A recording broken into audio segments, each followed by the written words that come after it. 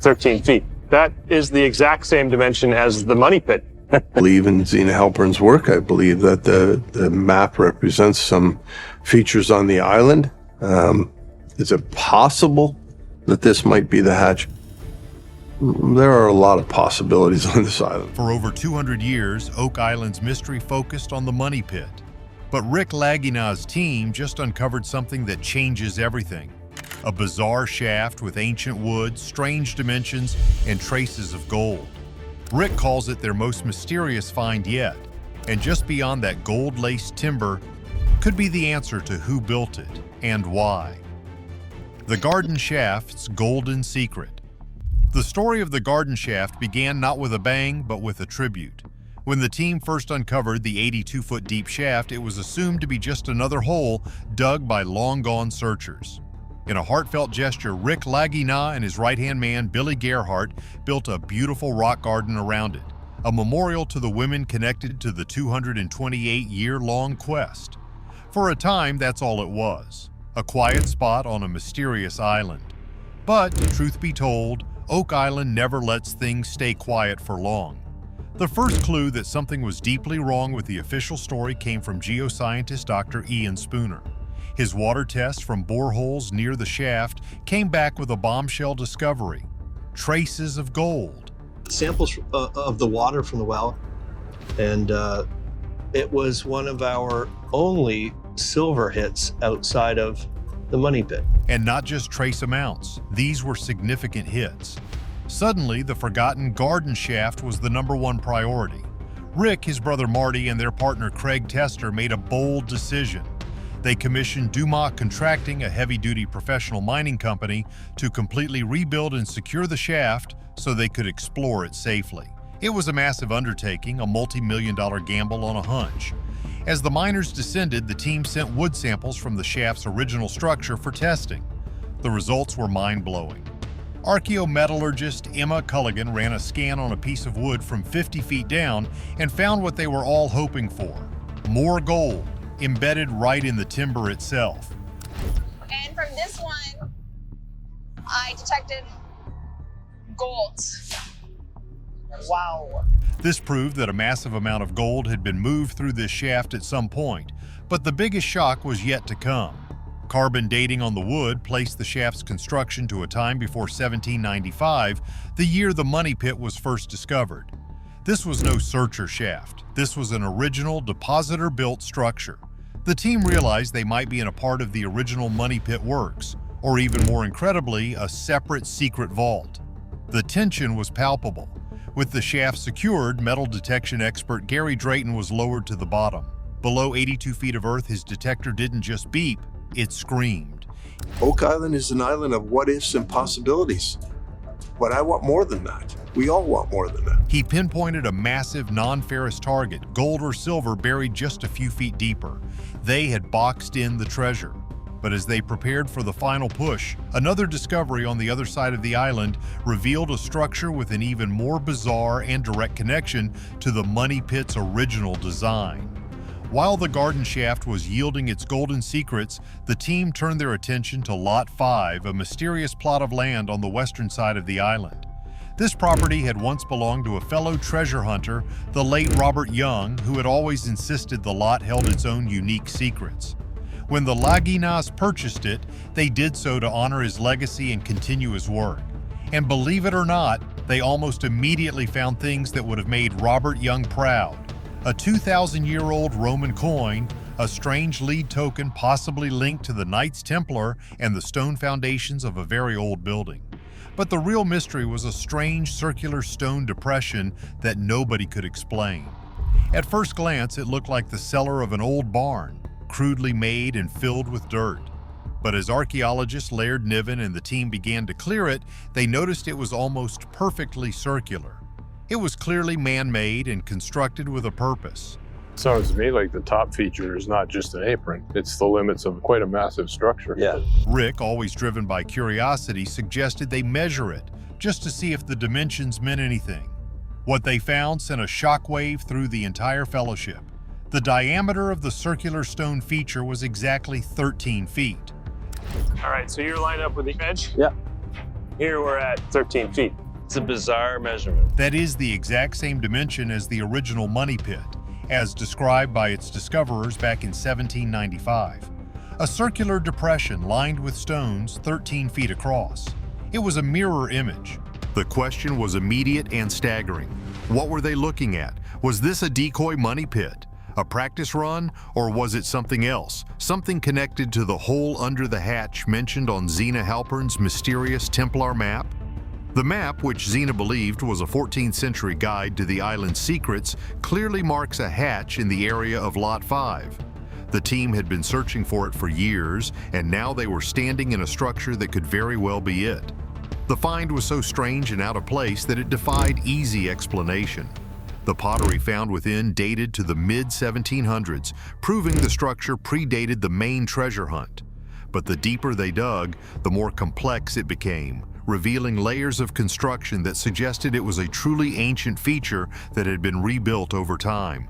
It was an incredible find, but an even older structure on another part of the island would soon push the timeline back to a point that seemed utterly impossible.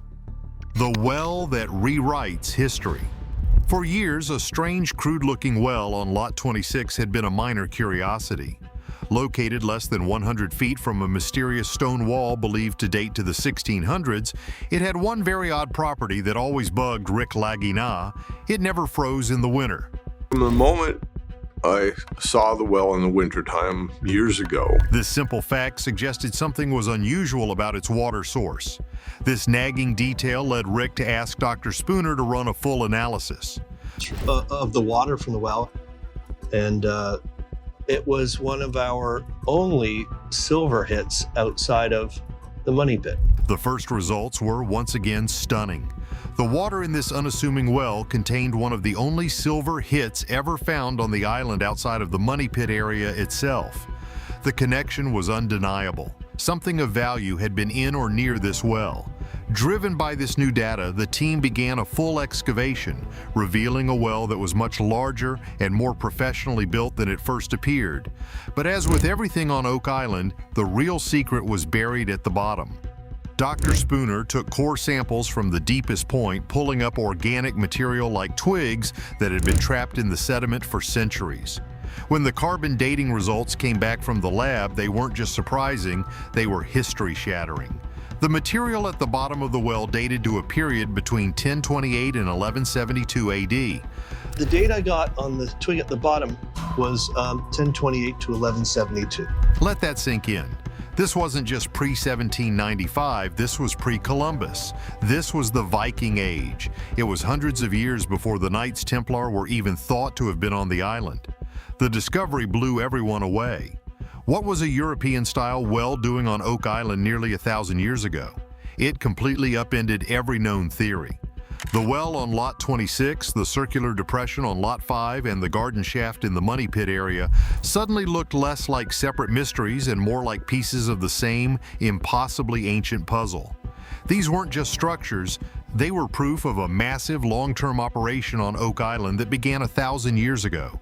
Perhaps the most famous of these is the Knights Templar theory, a fan favorite that has gained significant traction on the curse of Oak Island.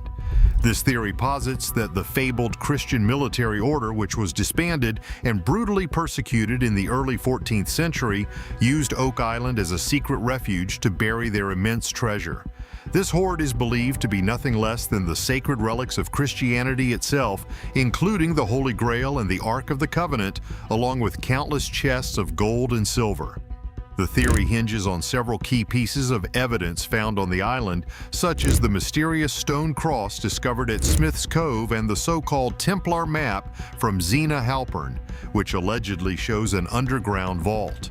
Proponents of this theory point to the advanced engineering of the flood tunnels and the money pit itself as evidence that a highly organized and technologically sophisticated group like the Templars was behind the construction. However, skeptics argue that these associations are tenuous at best and that the finds are simply the result of wishful thinking and creative interpretation. Another theory, equally sensational, involves the legendary pirate Captain William Kidd. This is one of the oldest theories about the island, dating back to the late 1700s when Daniel McGinnis first discovered the Money Pit. According to this narrative, Kidd, who was executed for piracy in 1701, buried his massive treasure on the island, creating a complex series of booby traps to protect it. This is the classic pirate treasure story that drew the first generations of treasure hunters to the island. While the theory has been largely debunked by modern historians who argue that Kidd's treasure was never that significant, it has continued to fuel the imagination of searchers for over 2 centuries. The story of Captain Kidd is interwoven with tales of a curse that states 7 men must die before the treasure is found. To date, 6 men have lost their lives in the pursuit of the treasure, a chilling fact that adds a supernatural layer to the island's lore and makes every new discovery all the more dramatic. The Bacon-Shakespeare authorship theory, while less popular today, once held significant sway. This theory suggests that the Elizabethan philosopher and statesman Sir Francis Bacon, a presumed member of the Rosicrucians or Freemasons, was the true author of Shakespeare's plays.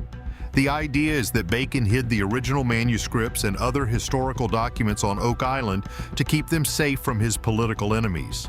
This theory, championed by the likes of Franklin D. Roosevelt, suggests that the treasure is not gold or jewels, but a literary and historical secret that would rewrite the history books. Proponents point to the mysterious 1701 stone, which was allegedly found in the Money Pit and said to contain a cipher that points to the buried treasure. While the stone itself has been lost, the theory persists as one of the most eccentric in the island's long history. But for every wild theory, there's a corresponding scandal or controversy, one of the biggest centers around the very existence of the Money Pit itself. Skeptics argue that the Money Pit is nothing more than a natural sinkhole or a series of old abandoned wells from a long-lost fishing or whaling operation. They claim that the so-called treasure is simply a collection of debris left by early searchers, and that the flood tunnels are nothing more than natural water channels that have been misinterpreted. This theory is bolstered by the fact that many of the original artifacts, such as the inscribed stone tablet with the cryptic message about £2 million, have been lost to history, with some critics suggesting they were fabricated to attract more funding for the hunts. The most damning evidence for the hoax theory is the discovery in the 1940s of a second money pit on the island. It was reportedly a sinkhole with logs at regular intervals, but the hunt there was abandoned, further fueling suspicions that the stories were a self-perpetuating myth. The controversies extend to the present day. Critics of The Curse of Oak Island often accuse the show of stretching the truth and sensationalizing minor finds to maintain viewer interest. They point to the constant cycle of new discoveries that lead to dead ends, arguing that the show is more about creating drama than it is about solving the mystery. Some historians and archaeologists have also voiced concerns about the environmental impact of the large-scale digging operations, arguing that the search for treasure is destroying invaluable archaeological evidence that could tell a different, more grounded story about the island's history, perhaps as a colonial-era military outpost or a shipbuilding hub. The pine tar kilns and other finds in the swamp area, some argue, point to this more plausible history rather than a hidden treasure vault. The scandals and theories of Oak Island are as much a part of its identity as the treasure hunt itself. They are the whispers in the wind that keep searchers coming back year after year, and the reason that the island's mystery enduring. They highlight the enduring human desire to believe in the impossible, to chase a ghost, and to uncover a secret that could change everything we think we know about history. The Laginas may have uncovered ancient structures, but the ghosts of these past scandals and theories are what truly give Oak Island its undying life. These incredible structures prove the Oak Island mystery is far older and more complex than anyone ever dreamed. What ancient group had the power and resources to build these things 1,000 years ago? Like the video and subscribe for more.